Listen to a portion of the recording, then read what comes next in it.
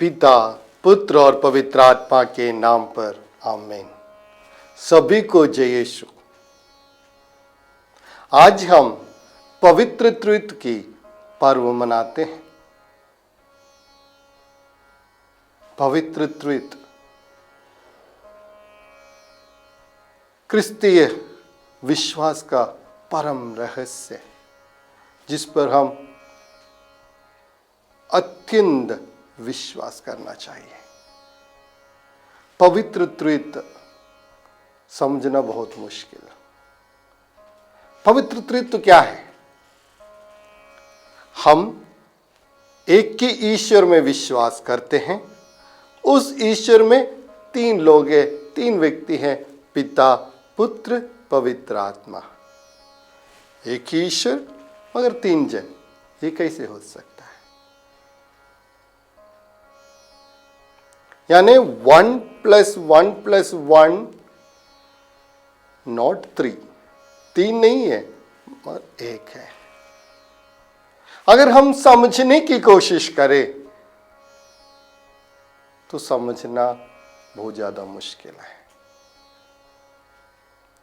कई लोग इसकी प्रयत्न किया, कोशिश किया त्रित्व को समझने के लिए। मुझे लगता है कि समझने से ज्यादा हमें ये जीना है, हमें विश्वास करना है। जैसे आप लोगों ने अगस्तिन की कहानी तो जानते होंगे। जब अगस्तिन ने ये त्रित्व को समझने के लिए चल रहे थे तो एक लड़का समुद्र का पानी खत्म कर रहे थे। इसे पानी निकालकर बाहर एक छोटा सा गड्ढे में डाल रहे थे। तो अगस्तिन ने पूछा, तू क्या पागलपन कर रहे हो? तो लड़का ने बोला, आप जो सोच रहे हैं उससे आसान है ये। जी हाँ, पवित्र त्रित्व को समझना हमारे बुद्धि के परे है, मगर समझने से ज्यादा हमें अनुभव करना चाहिए, हमें एक्सपीरियंस करना चाहिए। हमारा जिंदगी में हर दिन, जैसे जो क्रिस्तीय जीवन बिताते हैं, हमारे जिंदगी का हर दिन हम इस त्रित्व के नाम पर शुरू करते हैं। जैसे हम नींद से उठते हैं, पिता, पुत्र और पवित्र आत्मा के नाम कहकर हमारी जिंदगी, हमारा दिन शुरू करते हैं। वैसे ही सोने के पहले पिता, पुत्र कर हम सो जाते हैं। यानी दिन का शुरुआत भी त्रित्व के नाम पर और दिन के अंत भी त्रित्व के नाम पर। और कलीसिया में सारी प्रार्थनाएं इस त्रित्व के नाम पर शुरू करते हैं। कलीसिया में जितने संस्कार है वो सब त्रित्व के नाम पर हम शुरू करते हैं।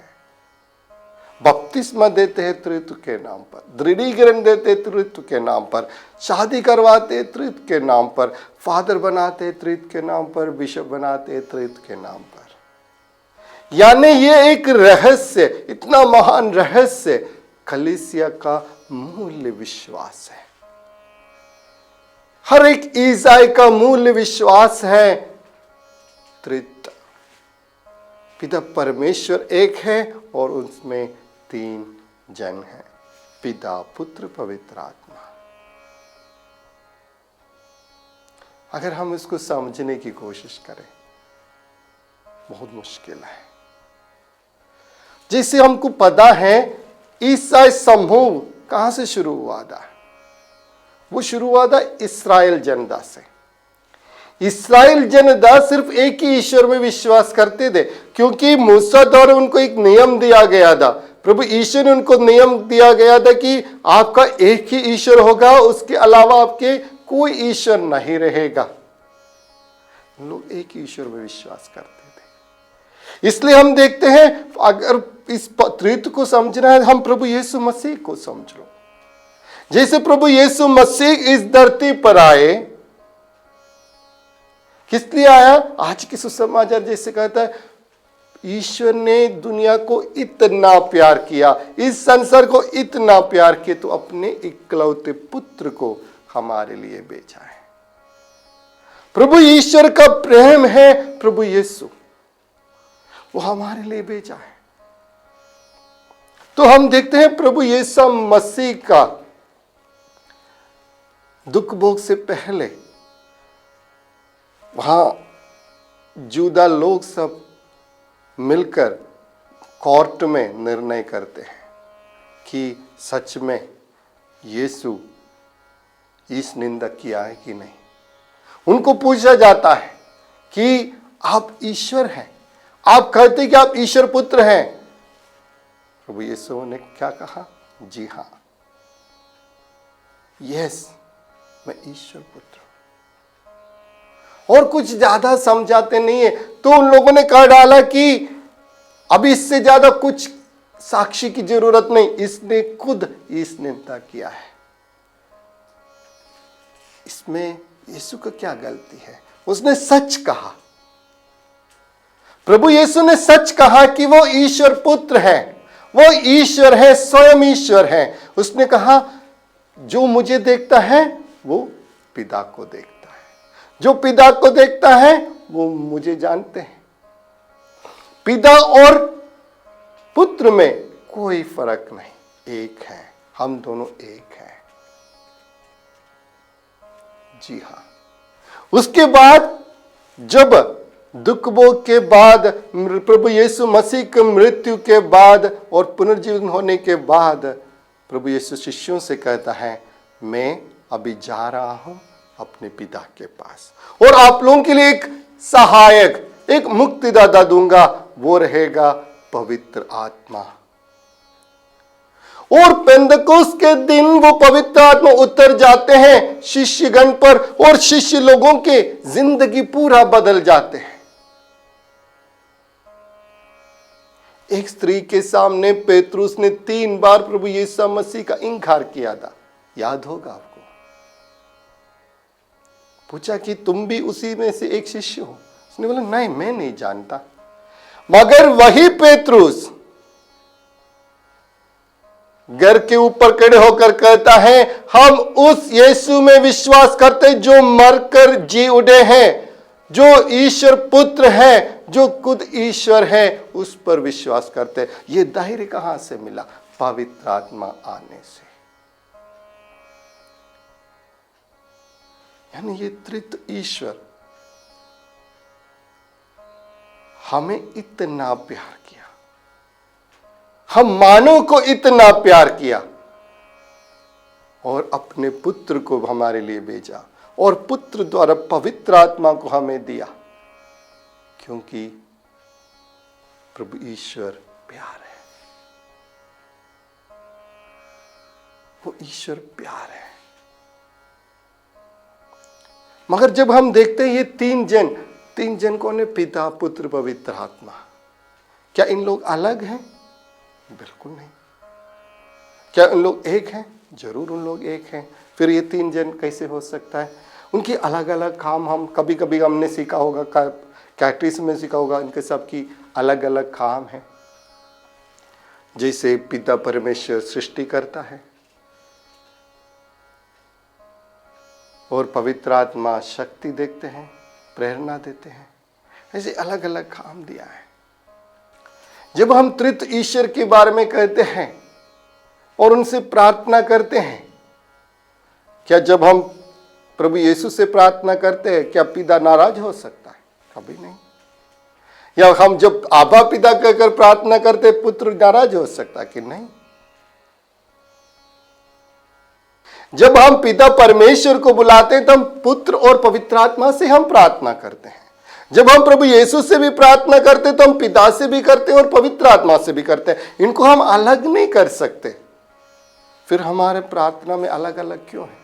देखो हमारा फाउंडर सेंट चावरा, वो आबा पिता कहकर प्रार्थना करता, क्योंकि उनका मन में उतना लगाव पिता से था।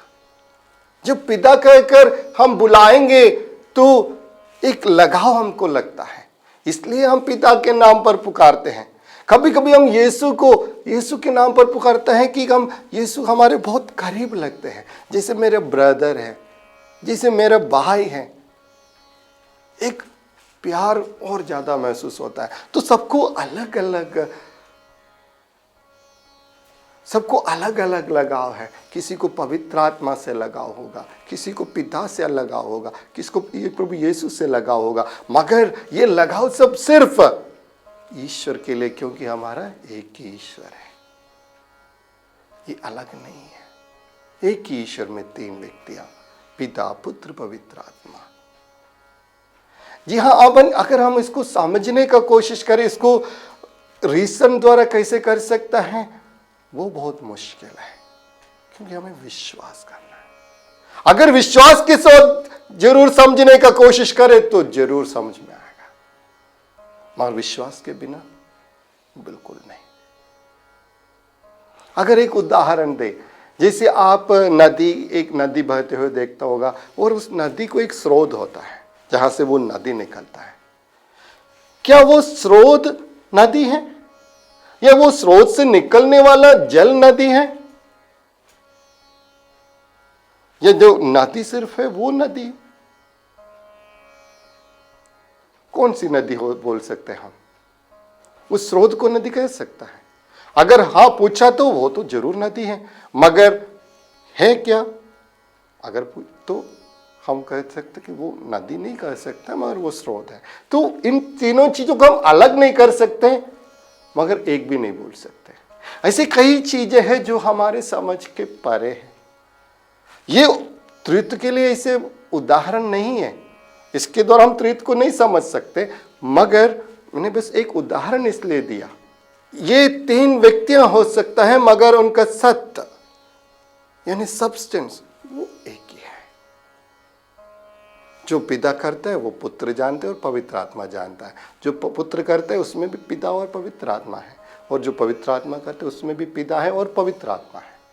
इसलिए हम उनको तीन को अलग नहीं कर सकते, मगर ये होता है त्रित्व।